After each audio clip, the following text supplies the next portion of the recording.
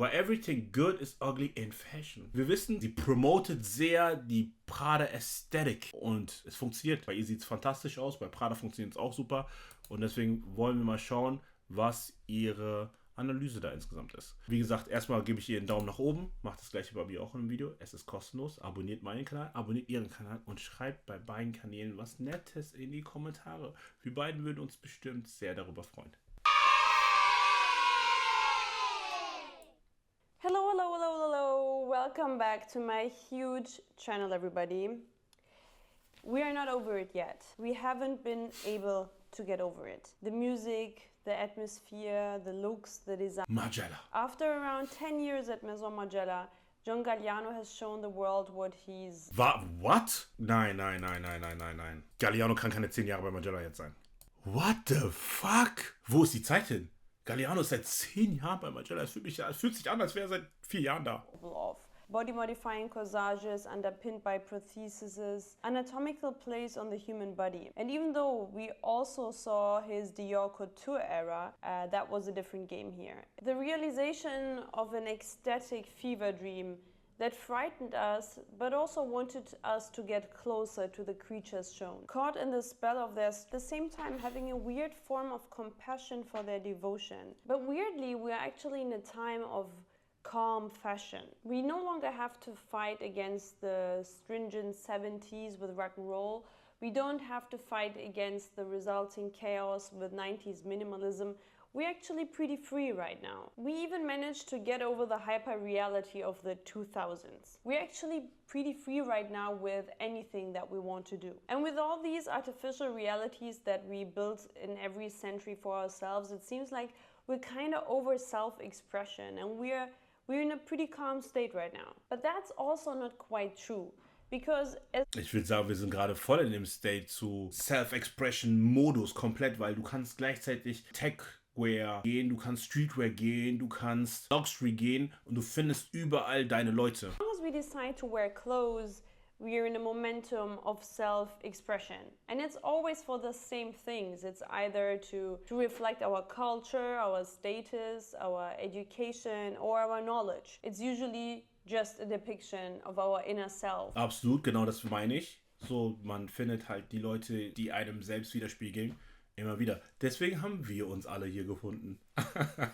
What we want other people to see of ourselves. So whatever piece we actually choose, it's always loaded with a form of expression. We are always saying something with every item of clothing that we're wearing or any piece. Martin Margiela founded his brand in 1988 amidst the jungle of Thierry Mugler, Montana, and many other geometric figure and primary color-loving designers, mostly emphasizing and even glorifying the female body.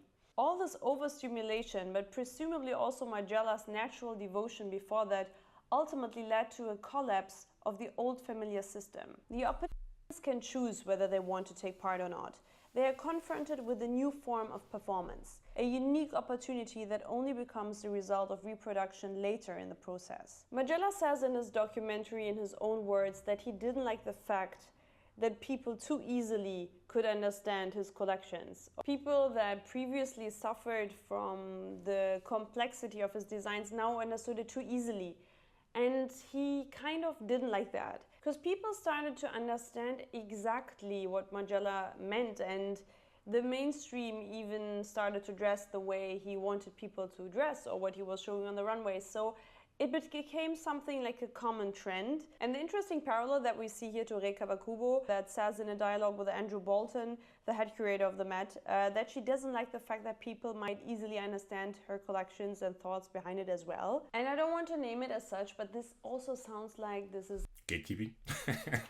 Das ist so Bourgeoisie. It's giving affectionate Gatekeeping here. Ja, ich schwöre sogar. Das ist, ey, warte mal kurz. Versteht zu viel, was ich sage. Ich mach noch verrückter. Das ist schon sehr Bourgeoisie, Gatekeeping, that's crazy. Du machst Klamotten, um dich selbst zu expressen oder um deine Gedanken zu expressen. Und dann sagst du dir so als Künstler, Alter, warum verstehen die das, was ich sagen will bei Klamotten? Du willst auch was ausdrücken, was du bist oder was du feierst. Oder ist doch cool, wenn die Leute verstehen. No, of course not. The actual issue that both of the Einfach mad, weil die Leute deine Klamotten feiern. Das ist so crazy. Banksy, wenn er sein Bild doch wieder zerschreddert, Van Gaze ganz genau eiskalt. Deswegen ist Kanye so true. Never know my next move. Der Type Beat. has had with the fact that the collections could be too easily comprehensible is the fact that this would just mean that they cannot mean so much if it's that easy to understand. It reduces their work's value as the work is meant to disrupt and make you think.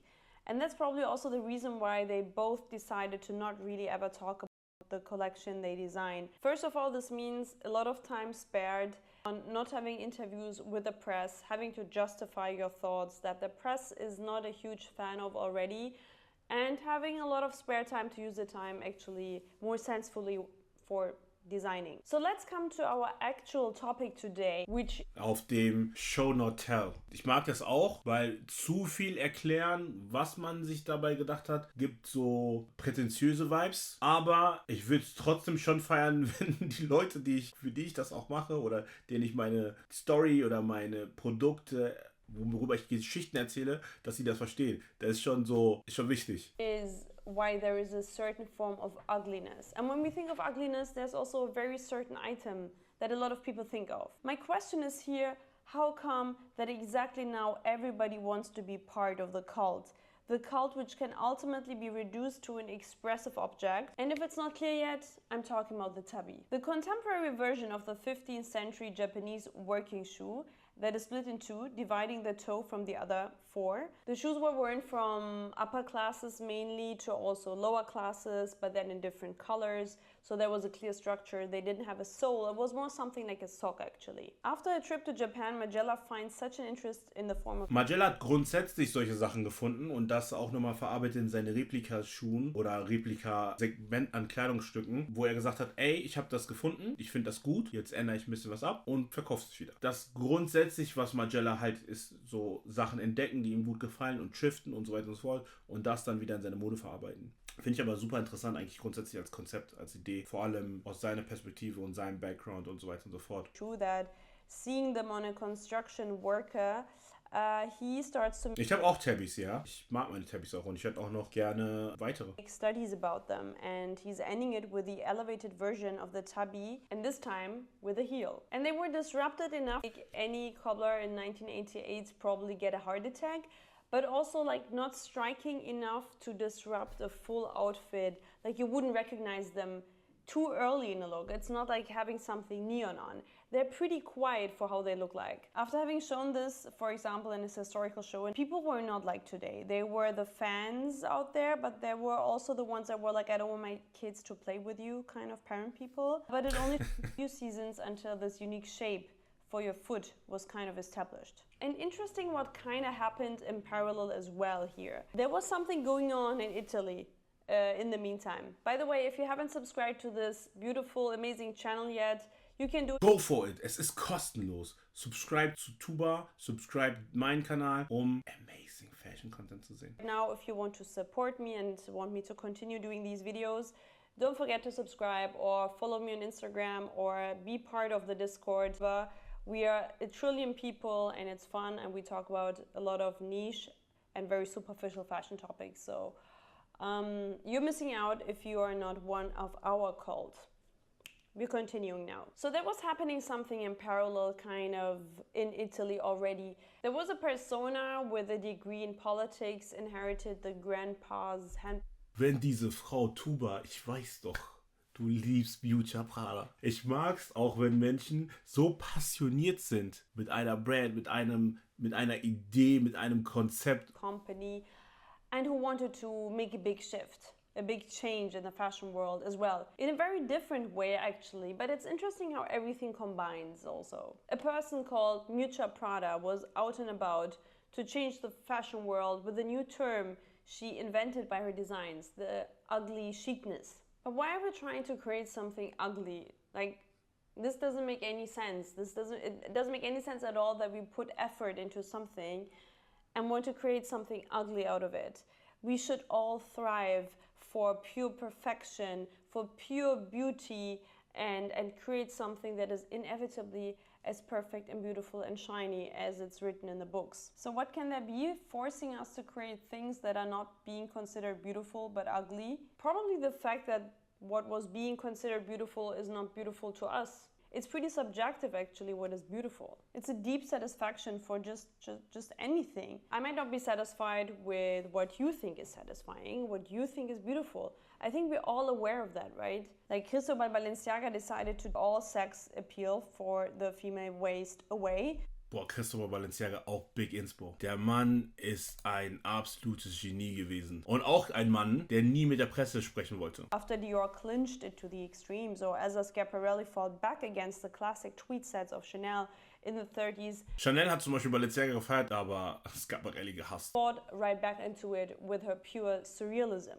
So all of these years ago, people were already fighting against this thing we call beauty. They were already in a fight against the established norm of beauty. Aber ich glaube, dass es bei einem Generationswechsel, alle 10, 15, 20 Jahre, wie auch immer, es immer so ist, dass man entgegengesetzt läuft. Das heißt, theoretisch, okay, das ist der aktuelle Status Quo, man geht in die andere Richtung, um theoretisch einen neuen frischen Wind, beziehungsweise die Jugend will nicht so sein wie ihre Eltern. So, und das ist so der, glaube ich, der Gedanke. Aber heutzutage, es passiert einfach zu viel gleichzeitig, dass es, glaube ich, gar kein Entgegengesetz wirklich gibt. Something ugly to show that the art of the beautiful is not the beauty it's commonly defined as. It's like the antithesis of what is supposed to be. And while showing that, they do it even better. In conclusion, this also means that limiting yourself to a certain taste also means limiting your possibilities of creation, always. You're limited to certain tools, to certain techniques, and to a certain aesthetic. The geeky chic that was invented by Prada in the 90s, supported also by the creators of minimalism like Donna Karan, Calvin Klein, Jazanda, it was a new form of ugliness that didn't exist like this before. It wasn't minimal at all in its philosophical manner. It was more an intellectual decision to have fine textiles and craftsmanship mixed with an atypical skirt length or weird color combinations. Ich sag euch ehrlich, bei mir fängt Mode hier an. Das ist eigentlich eine Kunstform und ich finde das so interessant, dass der Gedanke, viel wichtiger, der Gedanke und wieso man etwas macht, bestimmt alles andere. Das ist eine Trickle-Down. Wenn du der Gedanke so hart ist, jetzt wie bei Mucha, kannst du so harte Produkte und Konzepte schaffen, dass deine Marke halt für immer gefühlt leben kann. Aber du musst halt das hier perfekt hinbekommen. Color is a great way to start with some weirdness or some fights of change. Dries Van Noten, for example, said in an interview that he forces himself to always start with a color he hates. And ja, der Broski Dries, der geht auch in seinen Garten und guckt sich die Pflanzen an und inspiriert sich an deren Colors. Nothing is as boring as something beautiful. And if you have a look at Dries Van Noten's collections, you might have recognized there are some very atypical color selections, definitely. That might be questionable, but then he creates just some beautiful craft around it and it works. And it makes it interesting and it makes it clashing. And that's maybe the disruptive thing that makes it appealing to you. Ja, das ist vielleicht auch genau der Punkt, wo du sagst, ich kann es nicht genau bestimmen, warum das trotzdem funktioniert. Aber es funktioniert. Instead decided to go for the beauty of the boring, of feminine simplicity, typical professional types sometimes that previously received no attention on the catwalk, such as jobs as being a secretary, and thus developed them into uber figures in her fashion. Some sort of army of normal intellectual beings that can finally express themselves. And I know this sounds super typical anti-establishment, we're starting a revolution kind of vibe, but that's really how it goes. You take what they give you, you turn it around, you're changing, and you feed it back. And then they love it. That's the funny thing about the ugliness. I mean, with avocado greens and sludge browns, a patch cloth, and a luxury fashion house's inventive pattern, Mucha had kind of the first debut of the ugly chicness with the Spring 96 collection. And already back the 6 months after the show, everybody wanted to have her famous ugly and clunky shoes. Meanwhile, Tom Ford is at Gucci designing one show after the other. So does this mean... Das pure Sexiness war Tom Ford at Gucci. We love the ugly because we see the beauty as irrelevant. Es sieht einfach interessant aus, ne? Das muss man einfach sagen. Es macht einfach was mit einem. Man weiß nicht, warum es funktioniert, aber es funktioniert. Wusstet ihr, absichtlich bei so Luxusmarken die Models nach unten schauen, so ein bisschen auf einen herab, dass das ein höherwertiges Bild geben soll? Theoretisch, man schaut zu den Sachen hinauf. Superficial. Is that really it? Like, is the only problem that beauty is just superficial? Probably not. I think the main reason why we don't like the classical form of beauty is because it's naive. It's not realistic. Classical beauty, as opposed as shown in European, Western media or worldwide media, I would say, naive for believing. Ich finde das auch so beautiful, ne, irgendwie. Perfectionism that is based on physical benefits. And if we are now getting back to where we started, the Tabi boot, it all kind of makes sense that everyone is thriving through authenticity. In a time overflowed with content of perfectionism, we also do have the movement that is fighting against such. We have been exposed to artificial perfectionism in such a brutal way that nothing seems more important to us than banal reality. And the true desire for sincerity. We don't want to see any beauty if it's not real or if it's not the beauty as we want to see it. We want something raw and true and rough. Michaela Stark chose the contrasting form, which is extreme exaggeration of the female body, morphing her body into a statue-like art, adopting the society-perceived imperfections into the main focus points and fighting this way back, while using society's favorite tools, such as, again, the corsage, showing what ugly beauty it can also create. And if we circle back, I love circle back from my corporate email times, I'm sorry. Circling back to the Margiela Artisanal Show, where we saw a lot of corsage. Ja, safe. Das ist ein sehr starker Punkt, was so Kunst und die Art und Weise, wie man was ausdrückt und was man ausdrückt über die Kunst und die Mode. Ich frage mich halt dann, wie macht sie das in dem Endprodukt für den Konsumenten wahr? Also ich habe von der Stark noch nie die Produkte gesehen oder noch nie wahrgenommen. Aber ich finde, ja, ist ein interessanter Gedanke. That looked painful, it hurts the viewer to look at it.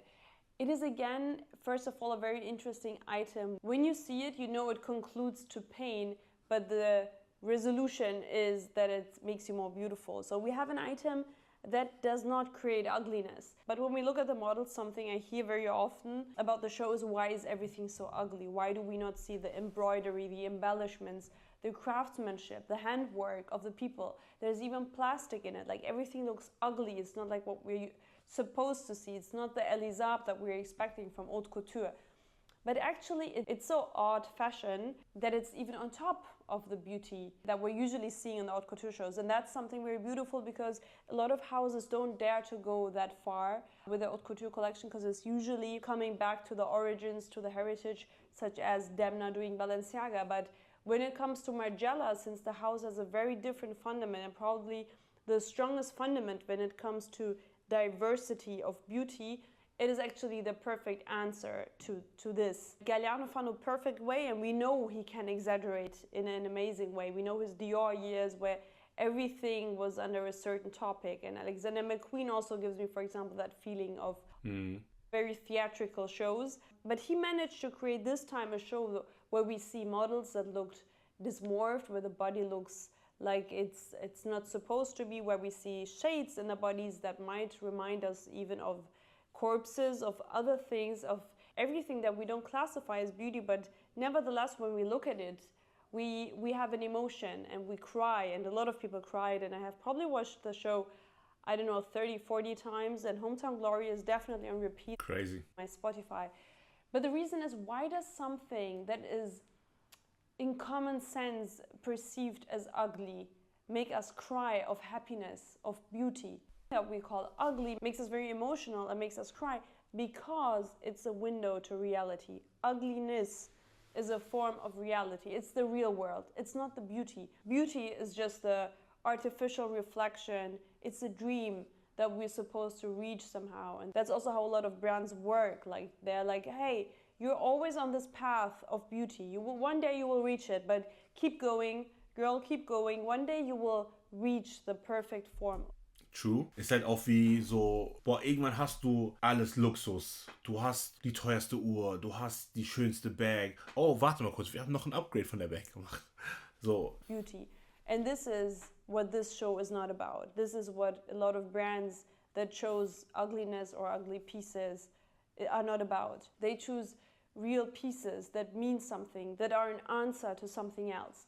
And that's the beautiful thing about pieces that look disruptive, and that's why I just can tell people who have an issue of understanding for things that are obviously not beautiful. And of course, in the haute couture show, it's done in the most perfect way. We also have shoes that look very weird in a common sense, very disrupted, and that just don't look like shoes or beautiful, and we question them. This is also, of course, a harder way to deal with it. Of course, there are different aesthetics in ugliness as well. But overall, the lack of sincerity, of authenticity, of too quickly evolving trends like every second, the amount of core trends of last year, I cannot even tell, probably 50. Ich sag ja immer so, ich kann locker noch 10, 20 Brands rausschütteln, aber solche Brands auf dem Level, ich mache euch noch 40.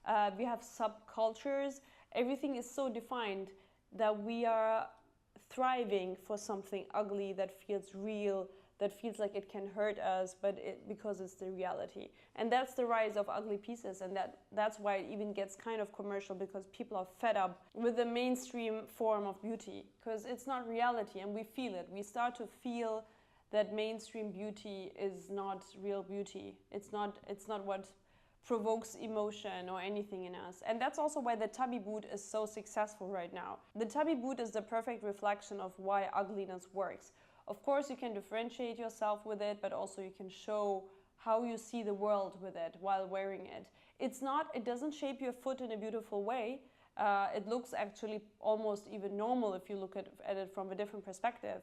But it is such a strong statement to wear it and to stand behind it, that it never lost its value, and it's even rising right now, because everything loses its value. Everything gets cheap. Everything is cheap. Everything is accessible. So everything that stands for anything is valuable. I hope you like this video. I really like to talk about this because I'm very often asked, why is something ugly successful? Why do we need something ugly around us? I think it's obvious. I love the ugliness. I'm personally a big fan of Mucha. Muss man auch ehrlich sagen, nebenbei, weil wir vorhin auch ein bisschen über Skin geredet haben, Tuba's skin is glistening. And also Galliano now, of course. Yeah, I just called him Mata as if he's my friend. No, Margiela, of course. So if you like this video, don't forget to subscribe to this channel, which is amazing, obviously. Or to any of my other social media accounts, Instagram, I have a... Folgt ihr überall. Tuba, sehr interessante Takes, sehr schönes Video. Hat mir maximal gut gefallen. Wir haben so viel geredet und so viel interessante Takes. Ich bin schon gespannt, wie das Endkonsument aussehen wird von dem Video. Aber vielleicht muss ich halt einfach nur das wegcutten, was nicht zu dem Video gehört hat. Und ich lade es einfach so hoch. Ganz genau, einfach 3 Stunden Reaction. Hat mich sehr gefreut. Abonnieren ist kostenlos. Liked, abonniert den Kanal und schreibt ein nettes Wort. Würde mich darüber freuen. Würde mir jeder einzelne Kommentar den Tag versüßen. Ich sag's euch, wie es ist. Und das Gleiche kann ich euch bei Tuba bestimmt auch sagen. Bis dann. Ciao.